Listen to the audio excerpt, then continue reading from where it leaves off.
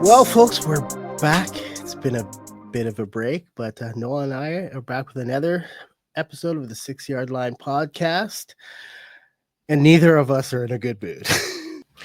Well, with that being said, let's venture into the defending champions who are playing absolutely horrid football right now. And I don't know what to say. I really don't. Like, the team's just horrible. There's nothing positive. Like, what I have nothing positive. Arne Slot, I have questions about him. I have to wonder if he's now decided to put his imprint on this club, and we're now finding out he's not that good of a coach. And I'm not saying that, but I'm questioning if that is a possibility. Because I'm seeing a different, like last year he played basically, it was still for the most part Klopp's team that he inherited. Not much, basically no changes. Even when it comes to the playing style, they tweaked it. This season, he's basically revamped the team, tweaked a lot more than just playing style, and we're not getting any results. So the fans have a legitimate reason to be frustrated. You've spent so much money this offseason. There's no excuse for the poor results that you're getting, right? Because it's not even like we're at being, you can say the team that's beating us is actually better than us. You could actually look at Liverpool and say they're just playing horrible football. They look bad. And you have to question what's wrong. Is it the style? Is it the formation? Is it just the players aren't syncing? Did they make too many changes this offseason? Like sometimes, like maybe only bringing in 2 or 3 players is for the right move versus 6 or 7 players. I don't know anymore. Like I'm not making any excuses for this team. They're just playing horrible football. But I have one question for you, Noel. I don't know if you saw the incident where McAllister got injured. And according to the rules of the game, when there is a head injury, play is supposed to have stopped immediately. He was elbowed in the head, which ended up, he was down for a while, but that play, that's basically what led to Man United's first goal. From that injury, from that actual moment where the ball gets played and then Man United goes down and scores the goal. There are we even saw Goldbridge. Mark Goldbridge has gone out and said that should have been, the play should have, based on the rules of the game, play should have been stopped. I didn't make a big deal at the time. Because I'm more in the boat. Liverpool are just playing some bad football. I'm not liking what I'm seeing. I'm not really going to nitpick on these little calls. I just want to see them actually, look like the team that I expect on the pitch. Defensively, they've looked horrid. Midfield hasn't had that, dominance that they had last year. Our attack has been abysmal. I don't even, like I said, like it's every area in the team has looked bad. Yeah, I think that's when you look at this Liverpool team. I was looking, I think it was yesterday. I was looking at it. I think something like, I think it was Isak had 19 touches in 71 minutes. And then he was replaced by Chiesa, I think, in the 71st.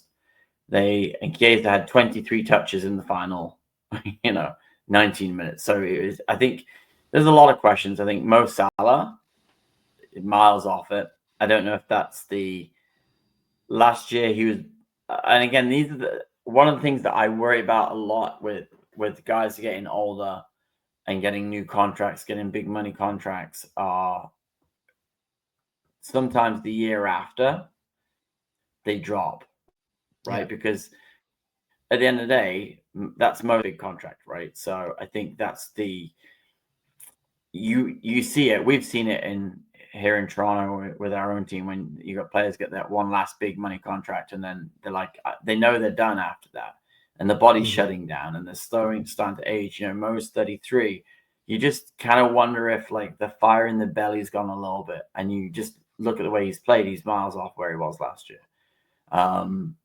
And I think that's as part of it. I think you do have some players that, maybe last year took a lot out, some of them. And I think you've got a little bit of a hangover from that, which always happens.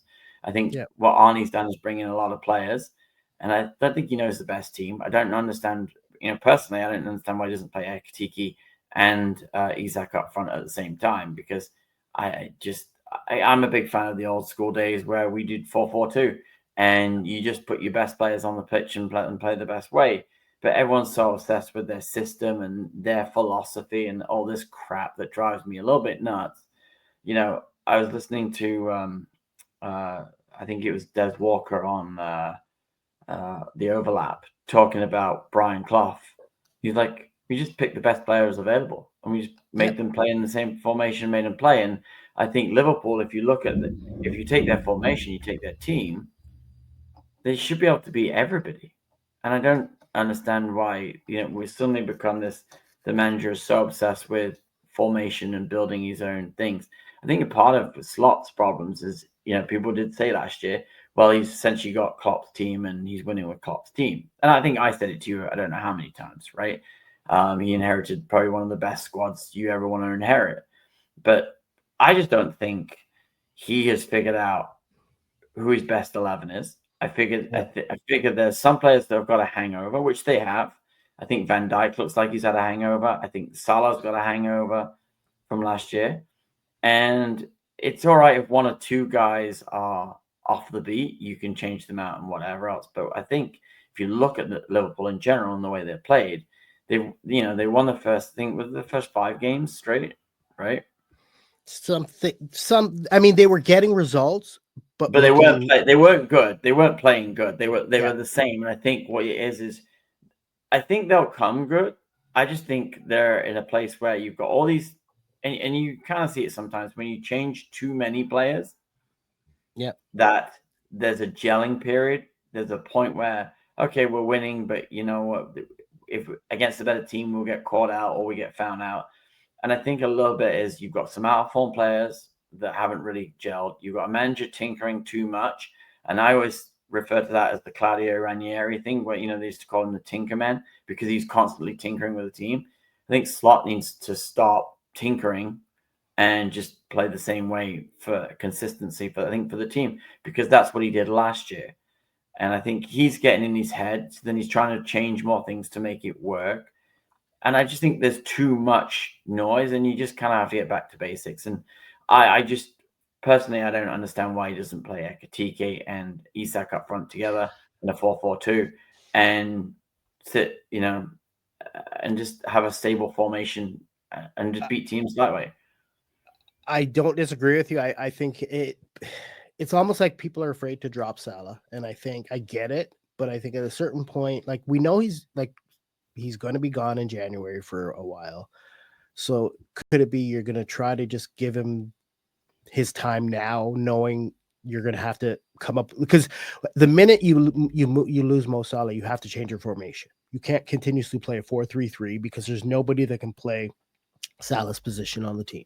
There's nobody, right? There are people that might be able to play that right wing, but they don't bring what Salah brings to the table when he's on point. So I agree with you. It probably makes more sense to switch your formation to more of a 4-4-2, where you can still have your best players on the pitch, but you're actually using them more effectively, right? Because Ekitike hasn't done anything not to warrant continues to start. And I'm not saying Isak, like I love Isak, and I know he's probably a better overall striker. The problem is there's too much pressure. Like Isak has, there's pressure, there's a target, like there's an unfair expectation put on Isak compared to Ekitike. Well, to be fair, as I said to you, he did that himself, right? Like he demanded the move. And I think I said it to you before you signed Isak. And Ekitike was scoring for fun when he started, right? Yeah. And I said, okay, you've got Ekitike. I don't understand why you want to go and get Isak when you've got a guy that looks like one of the hottest prospects in Europe that could turn into Isak. I didn't understand the move then, now, and I don't understand it now, because now you've taken Ekitike, who was free-flowing and scoring and looked terrifying, if I'm honest, because he was just in the right place at the right time and had the right applied finish. And you looked at him and 80 million, you've got a cheaper version of Isak, and he looks like an absolute monster. Yeah. And now you're benching the guy to put on a guy that you spent 150 million on, whatever it was, on him, and he's got, and now it looks unbalanced, and doesn't look like you've got to find a way to play them. If you know, I just don't see what it's a bit bamboozling, to be honest. If I'm honest, from the outside.